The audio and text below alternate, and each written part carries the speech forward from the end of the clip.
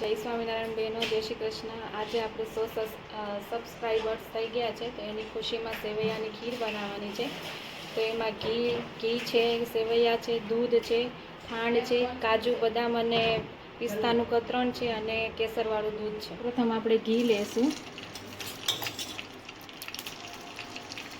પછી સેવ નાખશું,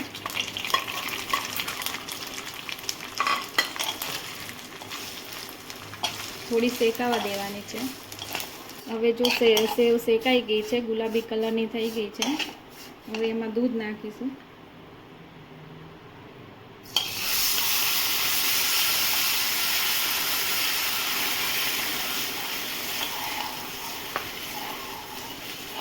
ખાંડ નાખી દેવાની છે।